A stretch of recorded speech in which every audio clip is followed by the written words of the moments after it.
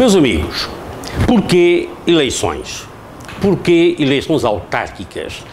Nós todos estamos habituados a ouvir, cada vez é mais frequente ouvir nas rádios e televisões que nos países ditos democráticos, ou seja, aqueles países em que o povo se autogoverna, ou seja, nós escolhemos os nossos governantes, eles governam de acordo com os nossos interesses e, portanto, eles vão para lá porque são eleitos por nós, portanto, isto funciona, o esquema democrático, então, os governantes representam toda a população. Ora, periodicamente, como sabeis, há eleições em Portugal, umas vezes para o Governo da República, outras vezes para o Governo Regional, outras vezes para as eleições autárquicas. Ora, a importância das eleições autárquicas. Vocês vejam, as eleições autárquicas são aquelas que estão mais próximas da população.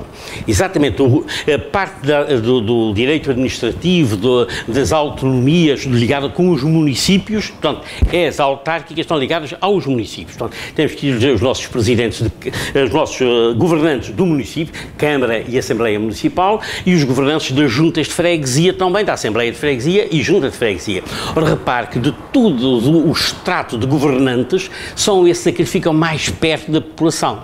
O Presidente da Junta de Freguesia e o Presidente da Câmara, estes são pessoas que lidam com a população muito de perto, ouvem a população. Portanto, é importante que estes elementos, que sejam, quando são escolhidos para estas áreas, sejam pessoas que mereçam a nossa confiança, sejam pessoas na qual a gente também deposite confiança, para que eles possam interessar-se por resolver e arranjar soluções para os problemas do meio, neste caso do município, onde nós estamos inseridos.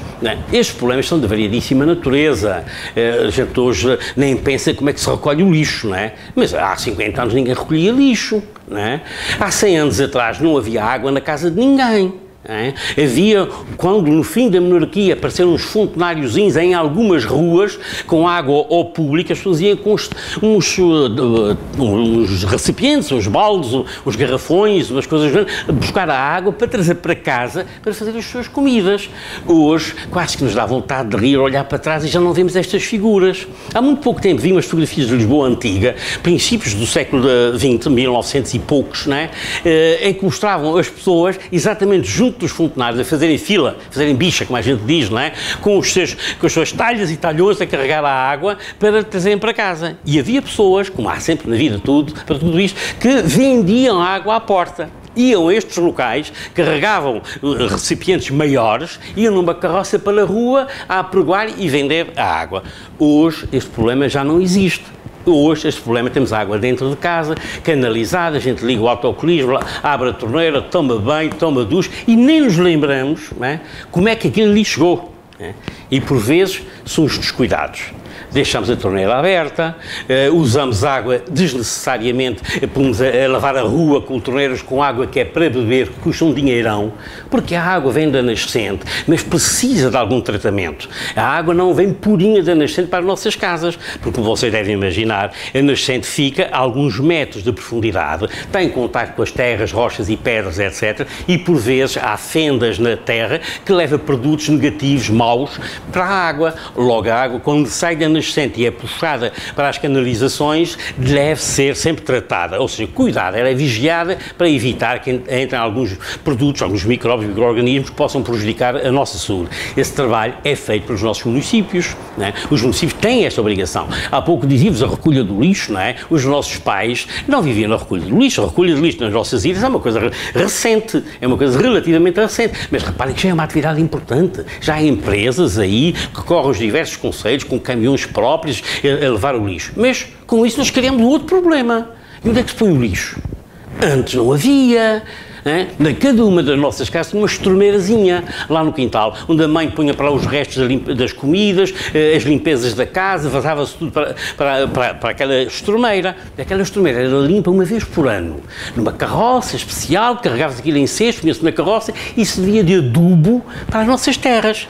Aquilo que a gente hoje chama os adubos, os salitres, os nitratos, estes produtos químicos que usamos, naquele tempo era usado com estes aproveitamentos. Agora repare, a gente já não tem as nossas lixeirazinhas lá em casa, as torneirazinhas, já não temos. Mas temos os caminhões a acarretar lixo de todos nós e a pô-los num sítio. Já repararam a quantidade de lixo que é apanhado todos os dias por estes caminhões nos nossos municípios e descarregados, no nosso caso de São Miguel, ali na lixeira municipal, o aterro municipal, para ser tratado. Ora, veja, não tínhamos esse problema, antigamente não se gastava dinheiro com estas coisas e nós criamos agora uma nova necessidade. Ou seja, o viver em sociedade obriga a essas situações. É porque na nossa convivência vão-se criando novas necessidades, novos direitos e novas obrigações. Estão permanentemente nisso, não é? Para isso é que não podemos esquecer que a governação para estes órgãos autárquicos, como disse, para os municípios e para as juntas de freguesia, devem ser feitos com pessoas da localidade que sintam os problemas da localidade. Porque posso-vos garantir que o problema do Conselho da Ribeira Grande não será o mesmo do problema do Conselho do Nordeste.